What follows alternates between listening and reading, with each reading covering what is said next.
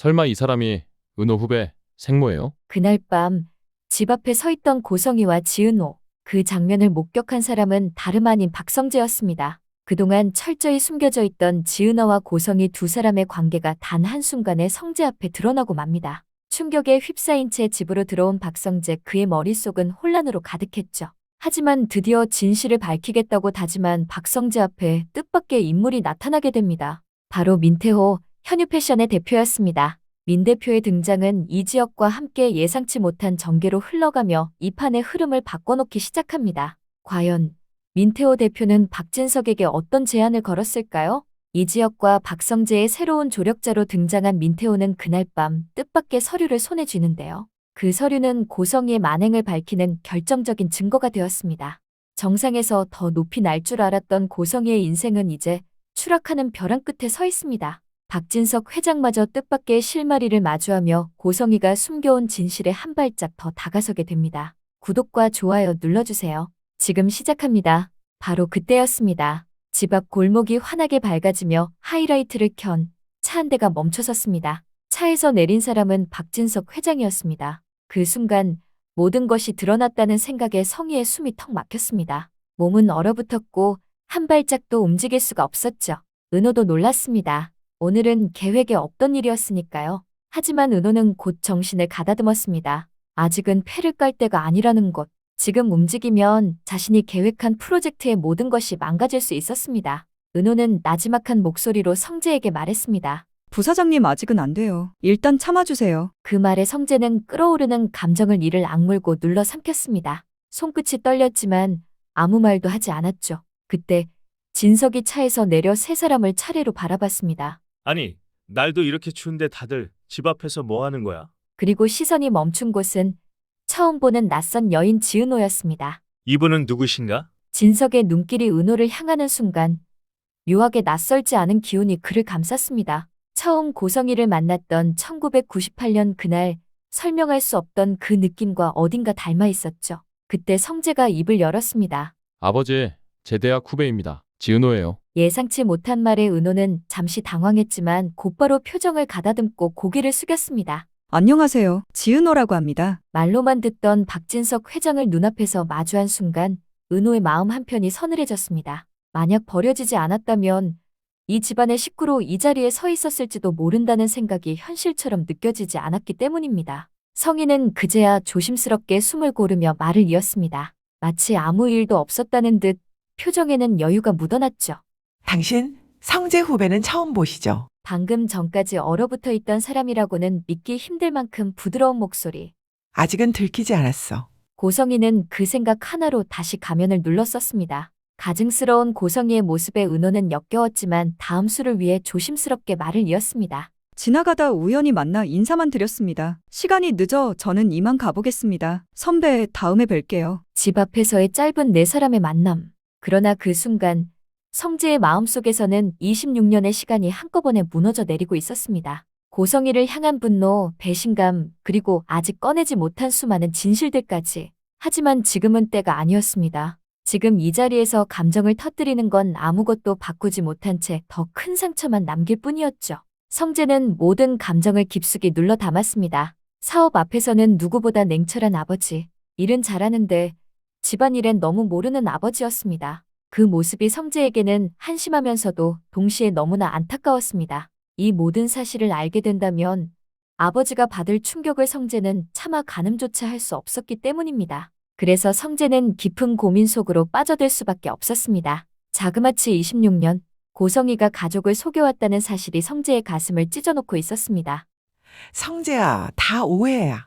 내 말 좀 들어보렴. 눈앞에서 확인한 진실이 아직도 머릿속에서 꺼지지 않은 박성재. 분노와 혐오가 뒤섞인 시선으로 성희를 바라보며 말합니다. 제가 직접 봤습니다. 뻔히 다 확인했는데 이제 와서 무슨 변명을 더 하시려는 거예요. 성재는 은호의 말을 되새기며 주먹을 불끈 쥐었습니다.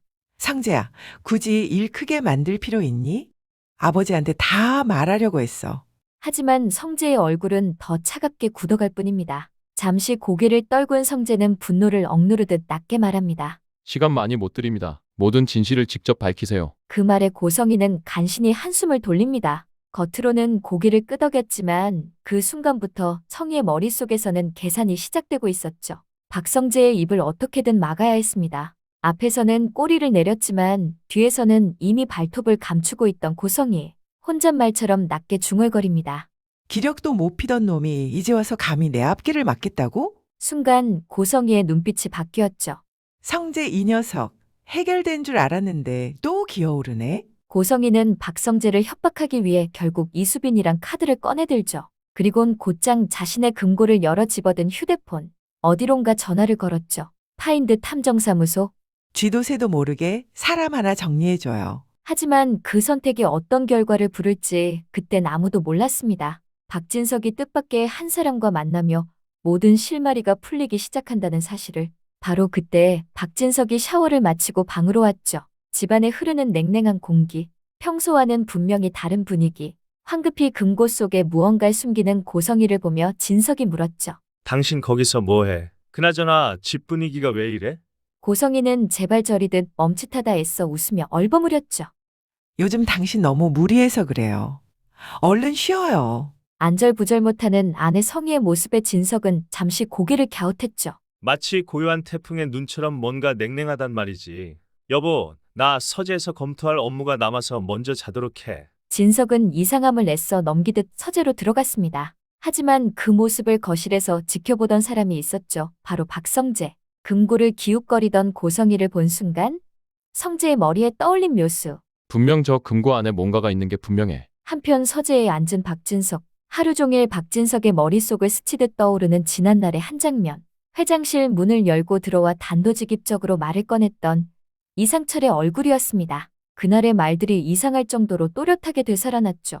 내가 성재를 친아들처럼 아끼는 놈이긴 합니다만 내 딸 상대론 택도 없지요. 마치 성재에 대해 이미 모든 걸 알고 있다는 듯한 상철의 태도. 성재를 친아들처럼 아꼈다는 말이 의심스러웠습니다. 그리고 상철은 성재 집안 사정을 너무 정확히 알고 있었습니다. 진석은 도무지 이해가 되지 않았습니다. 그날 이후로도 박진석은 계속 마음에 걸렸습니다. 아내 고성희에게 들은 말은 전혀 달랐기 때문이죠. 그 아가씨 부모님도 변변치 않고 오빠 둘이요? 별 볼 일 없어요. 이상철 그 인간은 왜 우리 집안에 대해서 어떻게 그렇게 잘 알고 있지? 결국 박진석은 비서를 불러 조용히 말하죠. 이수빈 그 여자네 오빠들, 부모까지 싹 다 제대로 조사해. 그날부터 진실은 조용히 수면 위로 올라오기 시작했죠. 다음 날 아침, 진석의 사무실 문이 열리며 반가운 얼굴이 들어섰습니다. 바로 현유패션의 민태호 대표였습니다. 업계에서는 갑작이라는 별명으로 더 유명한 인물. 예고 없이 찾아와 예고 없이 큰 제안을 던지기로 소문난 사람이었죠. 민태호는 박진석의 오랜 친구이자 여러 차례 손을 맞춰온 사업 파트너이기도 했습니다. 아이고, 민 대표.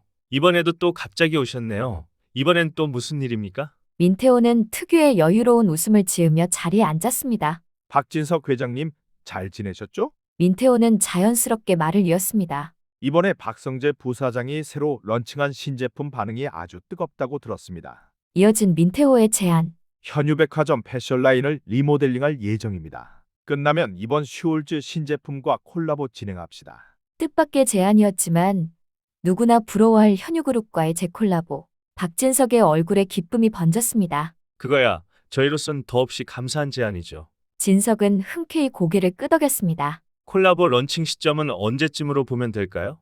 민태호는 기다렸다는 듯 답했습니다. 한 달 안으로 리모델링 끝낼 생각입니다. 이번에 AP그룹에서 전담으로 맡아주기로 했거든요. 거기 이지혁 대표가 아주 젊고 감각이 좋더라고요. 이번엔 현유 패션도 확실히 젊은 타깃층을 노려보려고 합니다. 그 말에 박진석은 반가운 듯 맞장구를 쳤습니다. 좋습니다. 기회 되면 다 같이 식사라도 같이 하시죠. 그럼요. 민태호는 흔쾌히 웃으며 고개를 끄덕였습니다. 제가 자리는 꼭 마련하겠습니다. 그러나 박진석은 그때까지도 알지 못했습니다. AP그룹의 대표가 바로 이수빈의 큰오빠 이지혁이라는 사실을, 그리고 그 이지혁이 지은호를 돕기 위해 어떤 속내를 품고 움직이고 있는지도 말입니다. 한편 지난밤 지은호가 고성희의 집 앞에서 박성재와 박진석을 마주한 그날, 지은호는 넋이 나간 채 가게로 돌아왔죠. 그날도 어김없이 이지혁은 은호의 가족에게 점수도 딸 겸 가게에 들렀습니다. 평소와 다름없는 하루처럼 보였지만 강호의 입에서 나온 한마디가 공기를 단번에 바꿔놓았습니다.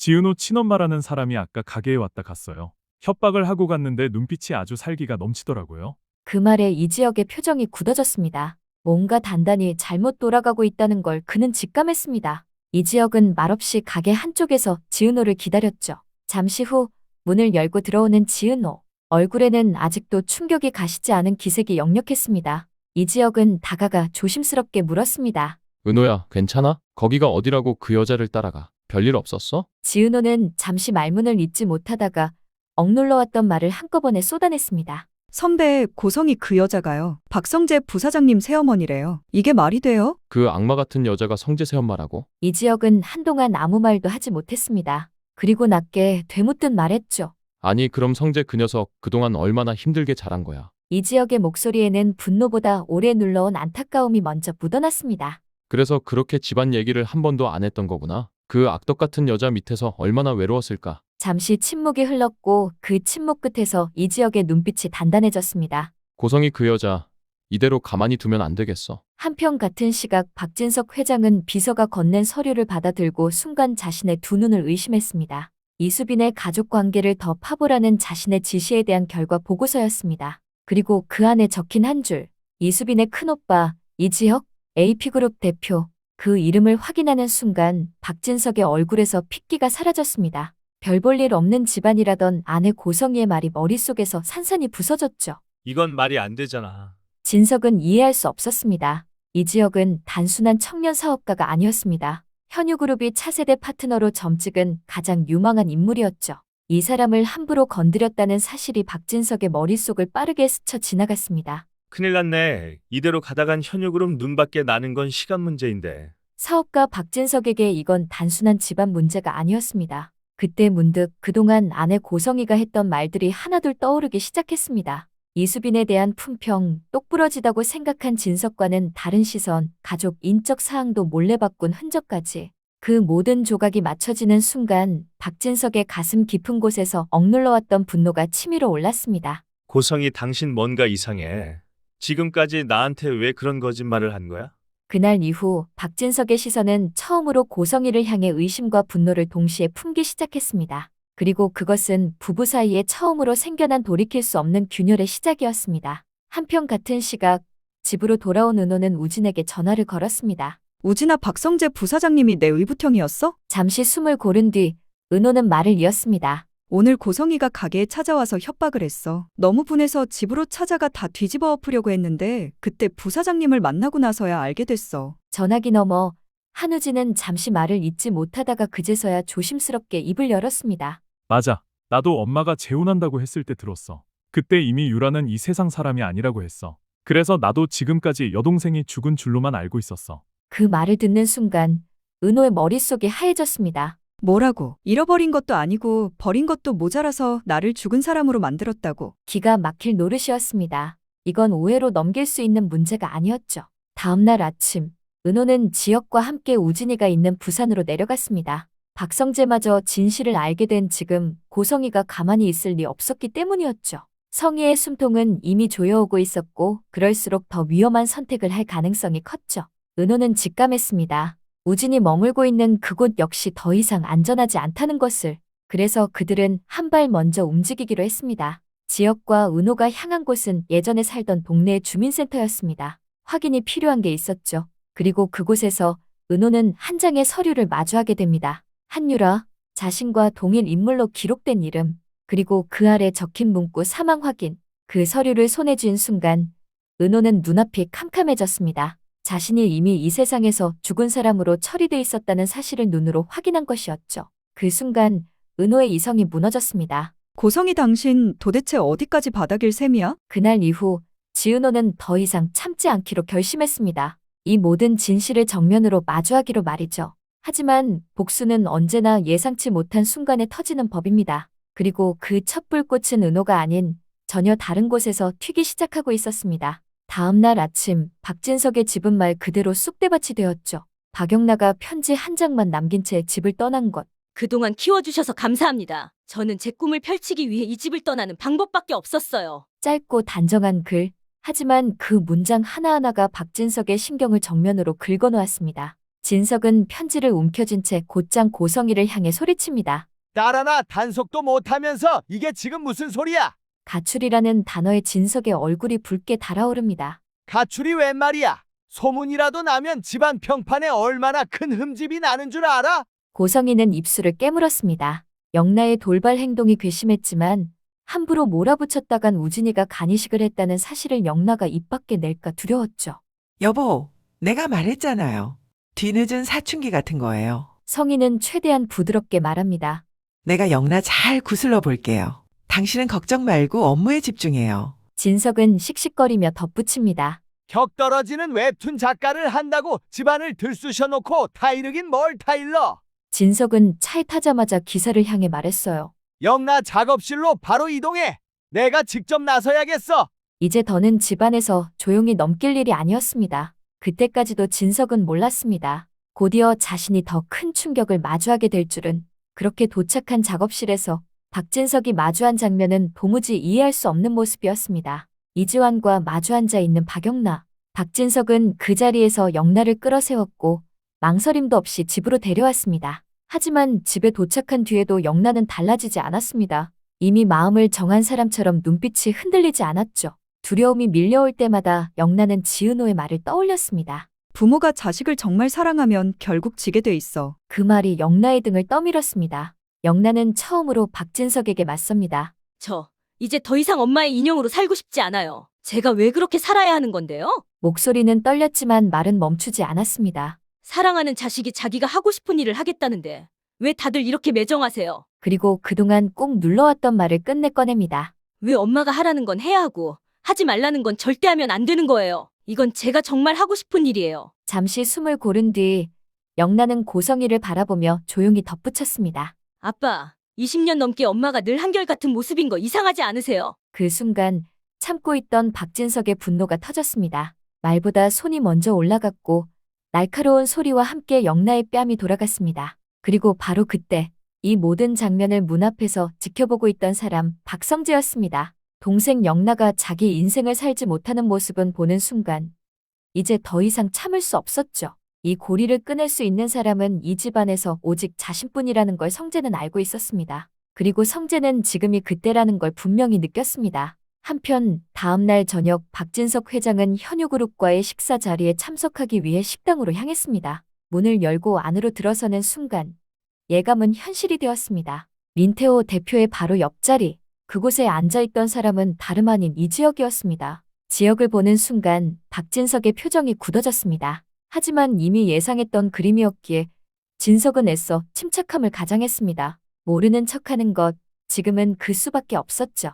대표님, 그동안 잘 지내셨습니까? 처음 뵙겠습니다. 박진석입니다. 이지혁 역시 아무것도 모르는 사람처럼 자연스럽게 인사를 받아쳤습니다. 안녕하세요. AP그룹 대표 이지혁입니다. 말씀은 편하게 하시죠. 짧은 인사였지만 두 사람 사이에는 설명할 수 없는 긴장감이 흐르고 있었습니다. 마치 서로가 서로를 이미 알고 있다는 듯한 묘한 공기였죠. 그때였습니다. 식당 문이 다시 열리며 뜻밖의 인물이 모습을 드러냈습니다. 바로 박진석의 아들 박성재였습니다. 아니, 성재야. 내가 여긴 웬일이냐? 그 질문에 민태호 대표가 먼저 입을 열었습니다. 박진석 회장님, 아니 글쎄 이지혁 대표의 거래 조건이 딱 하나였지 뭐예요? 민태호는 천천히 식탁 위로 서류 한 장을 꺼내 놓았습니다. 겉면에는 굵은 글씨로 적혀 있었습니다. 현유백화점. 그 서류는 다름 아닌 고성이의 금고 속에 숨겨져 있던 기밀 문서였습니다. 박진석은 당황한 기색을 감추지 못한 채 물었습니다.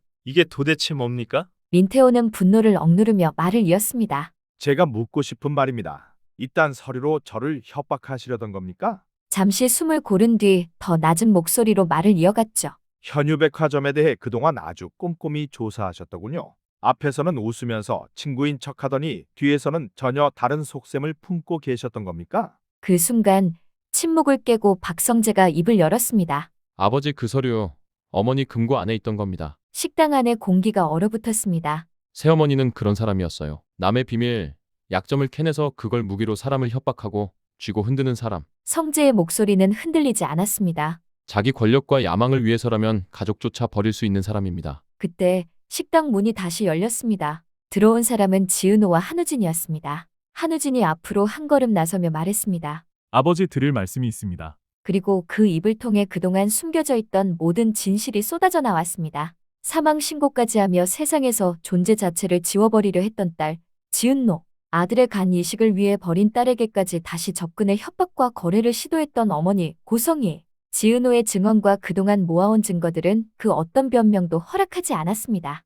그제서야 박진석은 깨달았습니다. 자신이 26년 동안 무엇을 믿고 살아왔는지, 그리고 누구에게 속아왔는지를 말입니다. 그날 밤 박진석의 세계는 완전히 무너지고 있었습니다. 사람은 때로 가장 가까운 사람을 믿다가 가장 큰 배신을 마주하기도 합니다. 그리고 진실은 아무리 오래 숨겨도 결국은 반드시 모습을 드러냅니다. 과연 모든 사실을 알게 된 박진석은 어떤 선택을 하게 될까요? 오늘 이야기는 여기까지입니다. 영상이 마음에 드셨다면 좋아요, 구독과 알림 설정도 부탁드립니다. 여러분의 작은 응원 하나가 다음 이야기를 만드는 큰 힘이 됩니다. 오늘도 함께 해주셔서 진심으로 고맙습니다.